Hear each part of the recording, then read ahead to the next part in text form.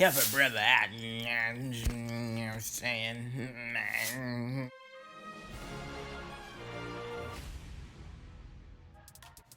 Before I begin this review, do not, I repeat, do not watch the trailer for this show. The trailer will spoil the entire first episode for you.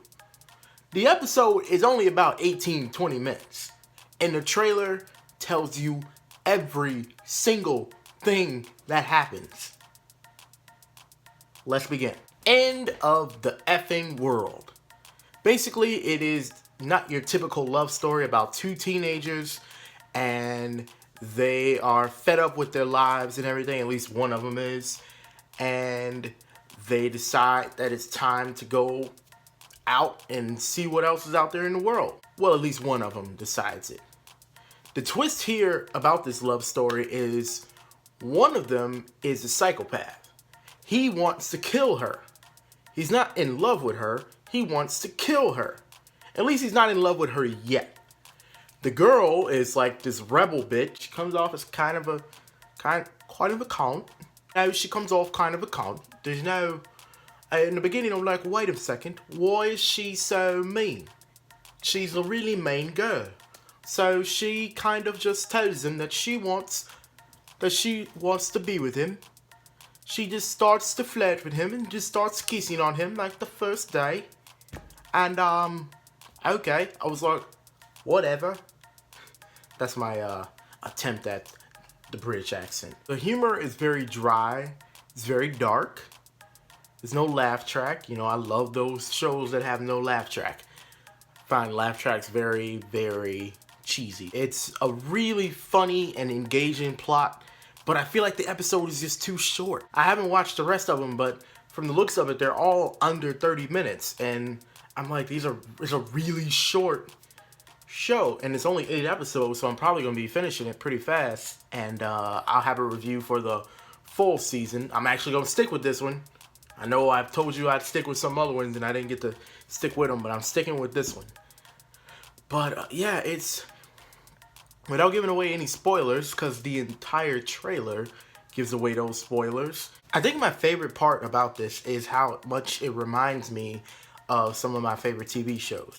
The relationship between the two reminds me a lot of You're the Worst. If you've never watched that on FX, it's really good and psychologically brilliant, like really brilliant. The character James reminds me a lot of Dexter, and anybody that knows me, I've never like put up anything on here about it, but I love Dexter. Dexter is like one of like my favorite TV shows of all time. It's the one that got me into being able to watch shows like HBO, Showtime length shows. Because like when I was watching Dexter, I always felt like the episodes weren't that long. Like I tried to watch Game of Thrones like at least 3 times before I finally got into it because I had to be trained. Literally had to be trained on those kind of length TV shows. And I'm saying this one feels like it should be a lot longer. The whole episode basically loops around from some of the first words that you hear him say, and you start to understand character motivations a lot more as the episode goes on. Because in the beginning, they just come off as just like these whiny teenagers that are living this great life, obviously. Going to a school is obviously, it's a high school, so you know, there's bullies and stuff. But you know, you start to understand the character motivations as it goes on. Is this like the best pilot, the best show ever? No, it's not. But it's engaging enough to keep you watching. And the episodes are pretty short. It's only 8 episodes and they're like 20-something minutes each. So would I say you should watch End of the Fucking World? Yes, you should. It is one of the great teenage love stories, like probably one of the most twisted teenage love stories I've ever seen. And I'm very proud and very excited to see where they go from here. He wants to kill her. She loves him, but love in her life has never existed for a long time. It's never worked out well. So this will be So it'll be interesting to see because she doesn't seem to have her guard up as much as I thought she would. She's more open than he is. He still has his guard up because he more just wants to kill her and he doesn't feel things. He even makes a really hilarious decision in order to feel things, but you'll have to watch the episode to find that out. I'm not spoiling that for you.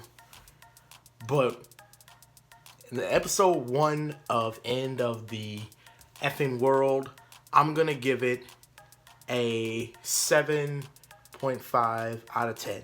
Like I said, I feel like these episodes need to be longer. There's more story to tell.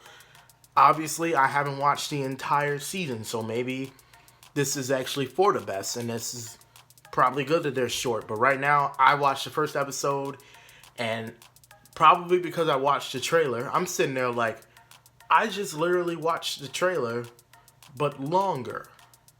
Literally, don't watch the trailer for this, because it will spoil the entire first episode. I don't know why they do that in trailers. I hate that. If you like this video or any of my videos, hit the like button, share on Facebook, follow me on Twitter at Elon Rich Int, also on Instagram at Elon Rich, and subscribe to my YouTube channel. And most importantly, don't watch the trailer of this show. Just don't.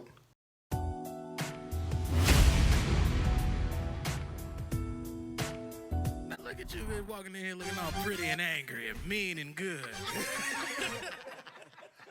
I know you didn't get your hair done so you can just sit down and just sit still. Hey, we trying to have a good time tonight. Let's go, baby.